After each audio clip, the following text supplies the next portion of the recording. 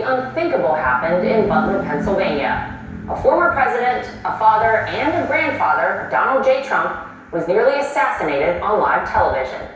The harrowing moments unfolding while America and his family watched. But the shooting didn't just shake the country, it galvanized it. It reminded millions what was at stake and why Donald J. Trump's return to the People's House was all but destined.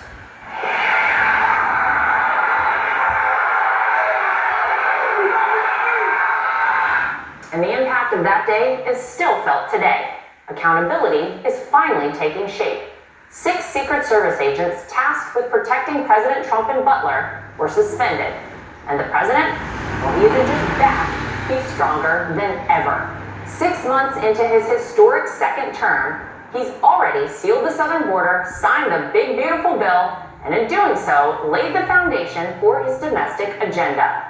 He's dealt a crushing blow to Iran's nuclear program and secured new commitments from NATO to shoulder their share of the defense burden. The stock market is hitting record highs, wages are rising, inflation is cooling, and American confidence is surging back. The golden age of America is upon us. We are in the golden age as we approach the 250th anniversary of America's founding exactly 1 year from now. We are creating an economy that delivers wealth for the middle class, a border that is sovereign and secure, and a military that is unmatched, unequaled anywhere in the world. We're going to make America great again, and it's happening very fast. But if things had been different, had fate not stepped in, just imagine the disaster we could have had with a President Kamala Harris continuing a regime that already drove America to the brink once before. Though despite the president's countless triumphs, the threats have not stopped. Tonight, in an exclusive 3-part conversation, you'll hear from the president himself on what drives him, what comes next, and what it'll take to make America great again for good. Well, Mr. President, what an honor to be here in the White House with you.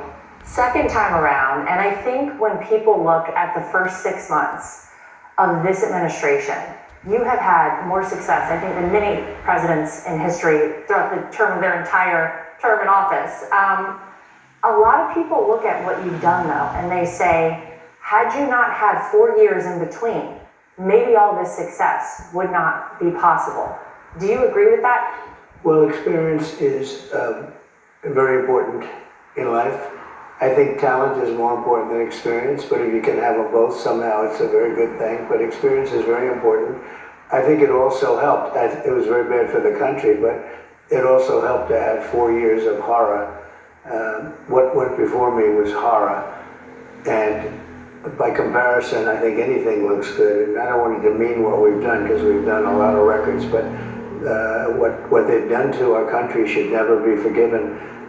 Allowing millions and millions of people to come into our country that shouldn't be here. It's such a big aspect of what we're doing now with the borders, and it could have been so easy. When I gave over the country, the border was great. Now it's better than it was, but it was much worse than it was in 2016 when I took it over. There was a border problem also. But I think when people see the horror show that we had for 4 years, an absolute horror show, they tried to kill, it was almost like they tried to kill our country. And the beautiful thing is now we have the hottest country in the world. You know, I was with the King of Saudi Arabia, the leader of Qatar, the leader of UAE, and many other leaders at NATO, separately, a whole group, and every one of them virtually said, you have the hottest country in the world right now. And 6 months ago, they also said, we thought your country was dead.